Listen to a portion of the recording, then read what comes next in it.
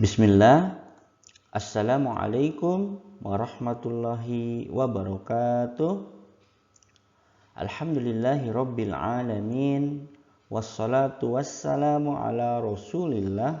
La hawla wa la quwwata illa billah. Amma ba'du. Kaifa halukum? Bagaimana kabarnya anak-anakku, siswa kelas 3 SD Imam Syafi'i? Semoga pagi ini kalian bersama keluarga kalian selalu dalam keadaan sehat dan selalu dalam lindungan Allah Subhanahu wa taala. Tentunya kita semua berharap selalu dalam keadaan semangat dan terus semangat dalam belajar. Anak-anakku, siswa kelas 3 SD Imam Syafi'i, sebelum belajar mari terlebih dahulu kita membacakan doa agar apa yang kita pelajari hari ini Allah ridhoi dan menjadi manfaat untuk kita semua. Bismillahirrahmanirrahim. Allahumma inni as'aluka ilman nafi'a wa rizqan tayyiba wa amalan mutaqabbala. Pelajaran yang akan kita pelajari hari ini adalah tema 3, mengenal benda di sekitarku, subtema 2, aneka benda di sekitarku, pembelajaran 1 dan 2. Adapun materi yang akan kita pelajari yaitu pembelajaran 1, macam-macam wujud benda, 2, satuan jarak, 3, gerakan kaki. Adapun pembelajaran yang kedua, 1, macam-macam wujud benda dan volume benda, 2, memantulkan dan menangkap bola, 3, menceritakan pengalaman menolong orang lain. Pembelajaran pertama, 1, macam-macam wujud benda. Berdasarkan wujudnya, benda dibagi menjadi 3, yaitu benda padat, cair, dan gas. Meja, kursi, dan lemari adalah benda padat. Air, oli, dan minyak goreng termasuk benda cair. Sedangkan udara dan uap air adalah gas. Sehingga ketika kita menggambarkan benda, maka akan tergambar seperti ini, yaitu wujud benda dibagi menjadi 3, yaitu benda padat, benda cair, dan gas.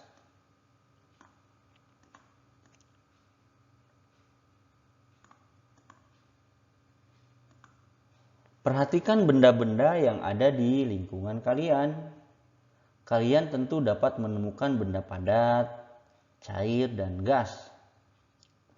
Kelompokkan benda-benda tersebut berdasarkan wujudnya. Tuliskan pengelompokan yang kalian lakukan pada tabel seperti di bawah ini. Nah, silahkan kalian isi sisanya yang belum diisi. Di sini sudah ada contohnya. Benda padat nomor 1 yaitu batu. Contoh benda cair yaitu sabun, cuci air. Sedangkan benda gas adalah angin. Silahkan kalian mengisi sisanya yang belum ada. Silahkan kalian cari di lingkungan kalian masing-masing. 2, satuan jarak. Anak-anakku, alat transportasi apakah yang kalian gunakan dari rumah ke sekolah? Apakah kalian pernah menggunakan mobil angkutan kota? Termasuk wujud benda apa mobil ini? Anak-anakku, coba perhatikan soal cerita berikut ini. Wildan dan keluarganya mengendarai mobil ketika berlibur ke Bontang Koala. Setelah dari Bontang Koala, keluarga Wildan mengunjungi rumah paman.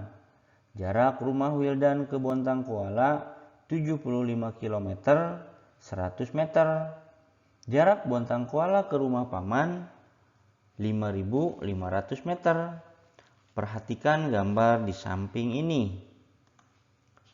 Rumah Wildan berjarak 75 km 100 meter ke Bontang Koala. Sedangkan jarak antara Bontang Koala ke rumah paman yaitu 5.500 meter. Satuan jarak dapat dinyatakan dalam kilometer atau disingkat km dan meter atau bisa disebut m. Sedangkan diketahui bahwa 1 km sama dengan 1000 meter. Rumah Wildan ke Bontang Koala 75 km 100 meter. Berapa jarak rumah Wildan ke Bontang Koala dalam satuan meter? Tentu kalian harus mengonversi satuan jarak tersebut, yaitu dari kilometer ke meter. Jawab, 75 km ditambah 100 meter. 75 km sama dengan berapa? Ya, 75 km tinggal dikali 1000 karena 1 km sama dengan 1000 meter. 75 km dikali 1000 sama dengan 75.000 meter. Kalau 75 km ditambah 100 meter sama dengan 75.000 meter ditambah 100 meter. Jadi jarak dari rumah Wildan ke Bontang Koala dalam satuan meter yaitu 75.100 meter. Mengukur kedalaman laut. Ada berbagai macam alat ukur. Tiap alat ukur memiliki kegunaan yang berbeda. Contohnya echosonder, yaitu alat yang digunakan untuk mengukur kedalaman laut. Biasanya alat ini terpasang di sebuah kapal laut. Cara kerja echosonder adalah mengirimkan gelombang suara ke dasar laut. Gelombang suara yang mengenai dasar laut akan ditangkap oleh echosonder melalui bunyi pantul, sehingga dapat diketahui kedalaman laut tersebut. Jadi, kita sebagai manusia tidak perlu menyelam hingga ke dasar laut hanya untuk mengetahui kedalamannya. Tentu sangat canggih, bukan? Gerakan kaki. Angin adalah udara yang bergerak. Angin dapat bertiup lembut dan dapat bertiup kencang. Angin sepoi-sepoi adalah angin yang bertiup lembut. Angin topan adalah angin yang bertiup sangat kencang. Anak-anakku, coba amatilah gambar di samping ini. Tirukan gerakan angin sepoi-sepoi. Bergeraklah dengan lemah ke kiri dan ke kanan. Coba lihat gambarnya seperti ini, yaitu anak bergerak lambat ke kiri dan ke kanan. Gambar selanjutnya, anak bergerak cepat. Sekarang tirukan gerakan angin kencang. Bergeraklah dengan hentakan ke kanan dan ke kiri, ke kanan dan ke kiri. Selanjutnya yaitu gerakan ketiga. Bergeraklah seperti angin puting beliung. Bergeraklah memutar dan memutar seperti angin puting beliung. Bagaimana anak-anakku? Apakah kalian bisa menirukan gerakan-gerakan angin tersebut? yaitu ada angin sepoi-sepoi, ada angin topan, dan ada angin yang sangat kencang, yaitu angin puting beliung. Pembelajaran 2. 1. Macam-macam wujud benda massa dan volume benda. Membedakan massa dan berat. Massa adalah banyaknya materi yang terkandung dalam suatu benda. Massa sifatnya konstan atau tidak berubah. Sedangkan berat biasanya berkaitan dengan gaya tarik bumi atau gravitasi. Berat suatu benda bisa hilang, sedangkan massa tidak. Contohnya, berat badan astronot ketika di ruang angkasa. Mengetahui volume benda. Volume atau bisa juga disebut kapasitas adalah penghitungan seberapa banyak ruang yang bisa ditempati dalam suatu objek.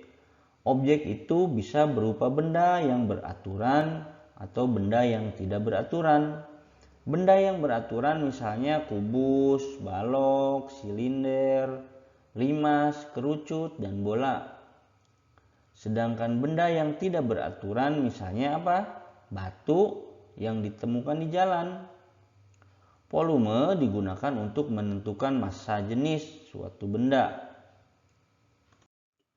Perhatikan gambar berikut ini. Di sini ada 4 ember. Ember A, B, dan C serta ember D. Volume ember A lebih besar dari volume ember B. Begitu pula volume ember B lebih besar daripada volume ember C. Begitu seterusnya. Ukuran ruang yang ditempati suatu benda dinamakan volume. Makin besar benda, makin besar ruangan yang diperlukan. Hal tersebut berarti benda yang besar mempunyai volume yang besar pula. Dan sebaliknya, benda yang kecil mempunyai volume yang kecil. Kalian bisa lihat perbandingan antara ember A dan ember D. Tentu yang mempunyai volume yang besar adalah ember A. Bagaimana anak-anak mengerti? Sekarang kalian kerjakan tugas ke-1, yaitu ayo lakukan percobaan membuktikan volume benda halaman 71 sampai 72 di buku tematik tema 3. Kerjakanlah dengan senang hati. Pelajaran selanjutnya, memantulkan dan menangkap bola. Ini bola apa, anak-anak? Ya, ini bola sepak. Ini adalah bola basket. Dan ini bola tenis lapangan. Bola manakah yang mempunyai massa yang paling besar? Manakah bola yang mempunyai volume paling sedikit atau paling kecil?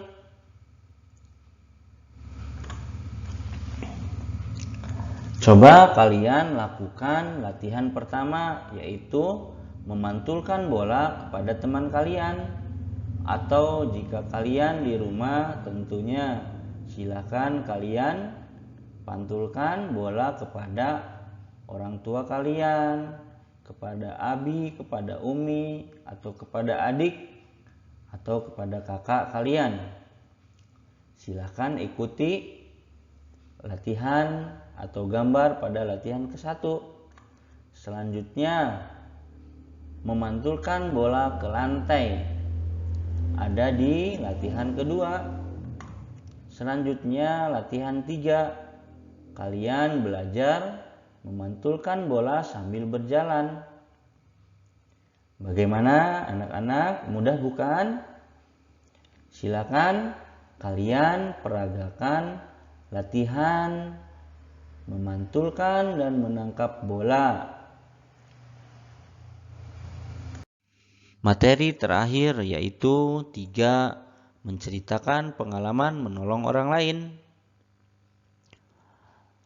Mari kita perhatikan penggalan atau potongan hadis dari hadis riwayat Muslim nomor 2699 yang artinya sebagai berikut. Dari Abu Hurairah radhiyallahu anhu dari Nabi Shallallahu alaihi wasallam bersabda, barang siapa yang menghilangkan kesusahan dari kesusahan-kesusahan dunia orang mukmin, maka Allah akan menghilangkan kesusahan dari kesusahan-kesusahan hari akhirat atau hari kiamat. Barang siapa yang memberi kemudahan orang yang kesulitan atau orang yang mempunyai utang, maka Allah akan memberi kemudahan baginya di dunia dan akhirat. Siapa saja yang menolong saudaranya, maka Allah akan menolongnya sebagaimana ia menolong saudaranya. Hadis riwayat Muslim nomor 2699. Nah, itulah anak-anakku mukadimah atau pengantar dari pelajaran kita, yaitu tolong menolong. Dalam hadis tersebut diterangkan bahwa barang siapa yang menolong kesusahan sesama muslim atau mukmin, maka Allah akan menghilangkan kesusahan dari kesusahan hari kiamat. Artinya kita sebagai seorang muslim diwajibkan untuk saling tolong menolong, entah itu terhadap teman, terhadap tetangga, ataupun orang lain yang belum kita kenal. Ketika kita melihat sesuatu yang memang kita harus menolongnya, maka kita harus peka. Kita harus menolong orang yang sedang kesusahan. Anak-anakku, dari pelajaran ini maka kalian buat cerita tentang orang yang menolong kalian. Ya, dibalik ya. Kalau ini menceritakan pengalaman menolong orang lain. Sekarang dibalik, menceritakan pengalaman ditolong oleh orang lain. Silahkan anak-anak yang mempunyai pengalaman ditolong oleh orang lain, ditolong oleh orang tua, ditolong oleh teman atau tetangga, silakan kalian ceritakan dalam sebuah video. Semoga kalian bisa menceritakannya dan diberikan kemudahan oleh Allah dalam bercerita tersebut. Baiklah anak-anakku, kita telah sampai di penghujung pelajaran kita hari ini.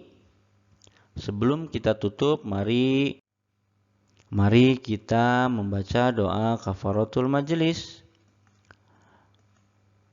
Subhanakallahumma wa bihamdika asyhadu an la ilaha illa anta astaghfiruka wa atubu ilaik. Wassalamualaikum warahmatullahi wabarakatuh.